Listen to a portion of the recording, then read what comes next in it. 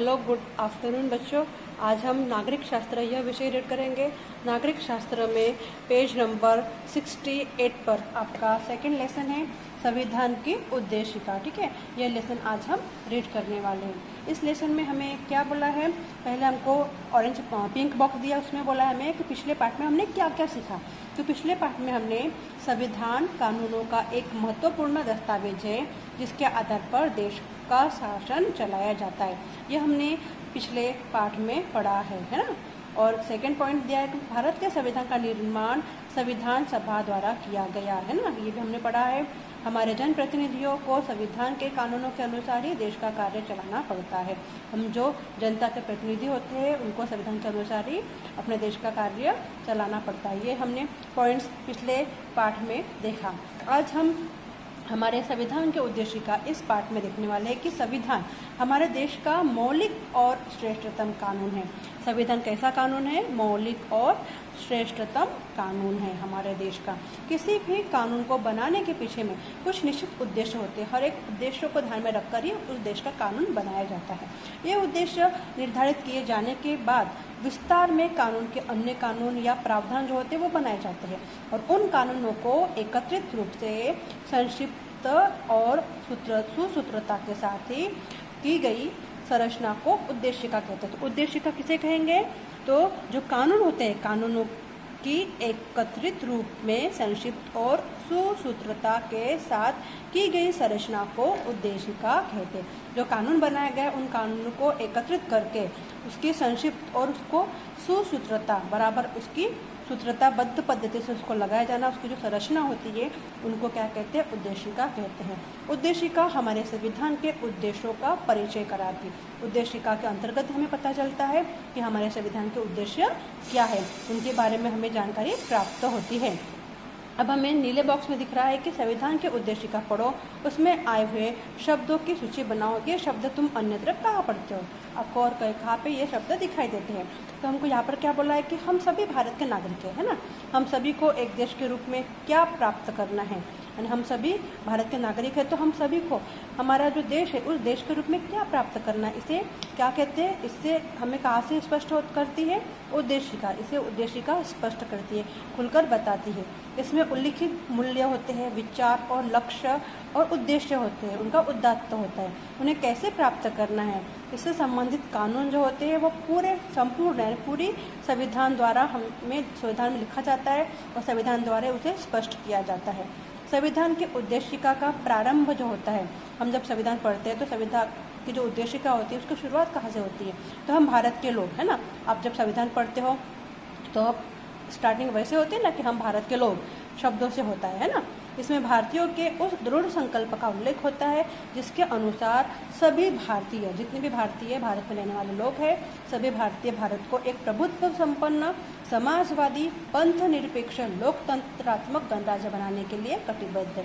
इस संकल्पना की प्रत्येक अवधारणा का अर्थ हम समझेंगे। अब जो यहाँ पर हम देख रहे हैं कि प्रभुत्व संपन्न राज्य, जो हम संविधान में पढ़ते हैं, ये शब्द आप संविधान में पढ़ते हो, आप संविधान बोलते थे, है ना। जब स्कूल में आते थे रोज तो ये संविधान रोज बोलते थे ना।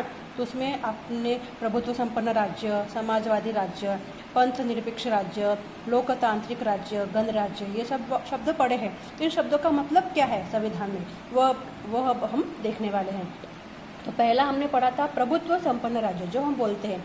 तो प्रभुत्व संपन्न राज्य, भारत पर दीर्घकाल तक अंग्रेजों का शासन था। हमने देखा, इसके पहले पढ़ चुके हम लोग के जो अंग्रेज थे उन्होंने कितने साल तक, है ना, बहुत साल तक उन्होंने हमारे देश पर, भारत पर शासन किया, अपना राज्य चलाया। यह शासन 15 अगस्त 1947 को समाप्त हुआ। कब समाप्त हुआ? 15 अगस्त 1947 को हमारा देश अंग्रेजों से आज़ाद हुआ, हमारा देश स्वतंत्र हुआ, भारत संपूर्ण प्रभुत्व संपन्न हुआ। भारत कैसा हुआ? संपूर्ण, पूरा प्रभुत्व संपन्न हुआ। हम अपने देश के विषय में उचित नीतियाँ बनाने और निर्णय लेने के लिए स्वतंत्र हुए। हमारे देश में जो नीतियाँ है, कौन सी नीतियाँ उचित है वो बनाने के लिए और हमारे देश के लिए क्या निर्णय लिए जा सकते हैं, इन सब बातों के लिए हमारा देश क्या हो गया? स्वतंत्र हुआ। संपूर्ण प्रभुत्व संपन्न का अर्थ है किसी देश का किसी विदेशी नियंत्रण में न होना। संपूर्ण प्रभुत्व संपन्न का अर्थ क्या है कि किसी देश का किसी विदेशी यानी कोई विदेशी या कोई दूसरे देश के लोगों का नियंत्रण न होना, उसे कहते हैं, यानी सिर्फ अपने देश का ही नियंत्रण हो उसे कहेंगे संपूर्ण, क्या कहेंगे, प्रभुत्व संपन्न राज्य, कि उसमें पूरा अपने देश का ही किसी विदेशी देश का नियंत्रण ना हो। ठीक है। हमारे समग्र स्वतंत्रता आंदोलन का सबसे प्रमुख उद्देश्य प्रभुत्व संपन्न बनाना था। हमारे पूरे देश का स्वतंत्र जो आंदोलन था उसका प्रमुख उद्देश्य क्या था कि हमारे देश को क्या बनाना, प्रभुत्व संपन्न बनाना था। प्रभुत्व संपन्न बनने का अर्थ क्या है कि सरकार चलाने का सर्वोच्च अधिकार प्राप्त होना है। जब देश प्रभुत्व संपन्न हो जाता है तो जो सरकार है वो सरकार चलाने का किसको अधिकार होता है, सर्वोच्च अधिकार है ना, उनको प्राप्त हो जाता है। और लोकतंत्र में प्रभुत्व संपन्नता जनता के अधिकार में होती है। जनता जिसको चुनकर देंगी उसके, है ना, तो जनता के अधिकार में होती है। जनता अपने प्रतिनिधियों का चुनाव करती है। हमारे यहाँ पे वोटिंग होती है, इलेक्शन होती है ना, और हम लोग चुनकर देते हैं, है ना। तो उसी को बोला है कि जनता अपने प्रतिनिधियों का चुनाव करती है तथा उन प्रतिनिधियों को उनकी संप्रभुता के अधिकारों का उपयोग करने की अनुमति भी प्रदान करती है। हम अपने देश के अंतर्गत कौन से कानून बनाएं यह निश्चित करने का अधिकार जनता और जनता द्वारा चुनी हुई जो सरकार होती है उनको प्राप्त होता है। ये हमने देखा प्रभुत्व संपन्न राज्य के बारे में। सेकंड पॉइंट है समाजवादी राज्य, हमने ये भी पढ़ा है ना पॉइंट। तो समाजवादी राज्य यानी क्या, तो समाजवादी राज्य उसे कहते हैं जिस राज्य में निर्धन और धनवानों के बीच खाई नहीं होती, यानी सभी के लिए एक जैसा कानून होता है।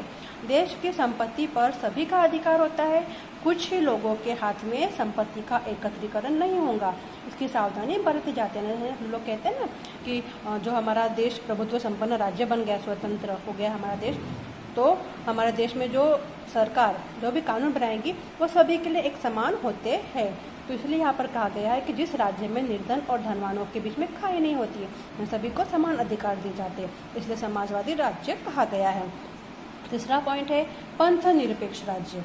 उद्देशिका में पंथ निरपेक्षता को हमारा उद्देश्य बताया गया है। जो उद्देशिका है उसमें क्या बताया गया है कि पंथ निरपेक्षता ये क्या है, हमारा उद्देश्य है।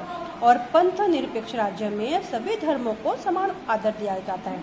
कोई भी धर्म हो सभी धर्मों को एक समान आदर देना चाहिए, ये दिया जाता है। किसी एक धर्म को राज्य के धर्म के रूप में स्वीकार नहीं किया जाता। किसी भी एक ही धर्म को स्वीकारेंगे क्या, नहीं, बल्कि नागरिकों को अपने अपने धर्म का पालन करने की स्वतंत्रता रहती है। धर्म के आधार पर नागरिकों के बीच में भेदभाव नहीं किया जा सकता, सभी को समान अधिकार होता है, सभी धर्मों को एक समान अधिकार दिया जाता है। ये हमारे संविधान में लिखा गया है। अब ये क्या तुम जानते हो में लिखा है कि पंथ निरपेक्षता के सिद्धांत को अपनाकर हमने समाज की बहुधार्मिकता को सुरक्षित रखने का प्रयास किया है। हमें संविधान द्वारा अनेक अधिकार प्राप्त हुए हैं, परंतु उनका हम मनमाना अथवा असीमित उपयोग नहीं कर सकते। यह बात धार्मिक स्वतंत्रता के बारे में भी लागू होती है। जब हम त्योहार पर्व मनाते हैं तब हमें सार्वजनिक स्वच्छता, स्वास्थ्य और पर्यावरण का विचार करना भी आवश्यक होता है। यानी ये जो हमने देखा इसमें कि जो पंथ निरपेक्षता है उसके सिद्धांत को अपनाकर हमने समाज की जो बहुधार्मिकता, हमारे समाज में बहुत से धर्म के लोग रहते हैं, उनको सुरक्षित रखने का प्रयास किया गया है। और हमें संविधान के द्वारा यह अधिकार भी प्राप्त हुआ है कि हम संविधान में अपना मनमाना या फिर उसका असीमित उपयोग भी नहीं कर सकते। जो हमें कानून के द्वारा जो सार्वजनिक हमको उद्देश्य दिए गए उनका हम लोग मनमाने तरीके से या फिर असीमित उपयोग भी उन चीज़ों का नहीं कर सकते। यह बात धार्मिक स्वतंत्रता के बारे में भी लागू होती है। इसलिए जब हम कोई भी त्यौहार या कोई भी पर्व मनाते हैं तो हमें सार्वजनिक रूप से सार्वजनिक स्वच्छता, कचरा नहीं करना, स्वास्थ्य और पर्यावरण, इन सभी बातों का विचार करके ही हम लोगों को कोई भी त्यौहार या पर्व मनाने का अधिकार प्राप्त होता है। वैसे ही अब फोर्थ पॉइंट है लोकतांत्रिक राज्य। लोकतंत्र में प्रशासन की सत्ता लोगों के हाथ में होती है ना। लोकतांत्रिक हमारा देश लोकतांत्रिक राज्य है, तो लोकतंत्र में जो प्रशासन होता है, प्रशासन की जो सत्ता होती है वो लोगों के हाथ में होती है, क्योंकि लोगों के द्वारा ही वोटिंग की जाती है, उनको चुनकर दिया जाता है ना। इसलिए उनकी इच्छा के अनुसार सरकार निर्णय लेती है और नीतियाँ निर्धारित करती है। सभी का कल्याण साध्य करने हेतु सरकार को महत्वपूर्ण आर्थिक सामाजिक निर्णय लेने पड़ते हैं। सभी का जिसमें कल्याण हो, ऐसे ही निर्णय आर्थिक हो या सामाजिक रूप से हो, वह निर्णय सरकार को लेने पड़ते हैं। इस प्रकार के निर्णय प्रतिदिन सभी लोगों को इकट्ठे आकर देना संभव नहीं होता। अब ये जो निर्णय है, रोज रोज लोग साथ में आएंगे क्या, इकट्ठे होकर आएंगे क्या और रोज रोज निर्णय लेंगे क्या, ये संभव नहीं होता है। अतः निश्चित अवधि के पश्चात चुनाव होते हैं, इसलिए हर 5 साल में या फिर हर एक अवधि के बाद में अलग अलग चुनाव होते हैं। और इन चुनावों में जो मतदाता होता है, जो लोग होते हैं, जनता होती है, मतदाता होते हैं, वो अपना वोट देकर अपना जो प्रतिनिधि होता है उनको चुनकर देते हैं। निर्वाचित प्रतिनिधि संविधान द्वारा जिन प्रतिनिधियों को चुनकर देते हैं, वह प्रतिनिधि संविधान द्वारा निर्मित संसद कार्यपालिका में प्रवेश करते हैं। जो संसद बनी है और कार्यपालिका उसमें वो प्रवेश करते हैं चुनकर आने के बाद में। और संविधान में उल्लिखित प्रक्रिया द्वारा संपूर्ण जनता के लिए निर्णय लिए जाते हैं। संविधान में जो प्रक्रिया उल्लिखित है उनके द्वारा पूरी जनता के लिए वो लोग निर्णय लेते हैं। ठीक है, ये हो गया चौथा पॉइंट। अब 5वां पॉइंट क्या है? गणराज्य। हमारे देश में लोकतंत्र के साथ साथ गणतांत्रिक प्रणाली भी प्रचलित है। गणराज्य में सभी सार्वजनिक पद लोगों के द्वारा चुने जाते हैं। कोई भी सार्वजनिक पद वंश परंपरा अथवा विरासत में प्राप्त नहीं होता है।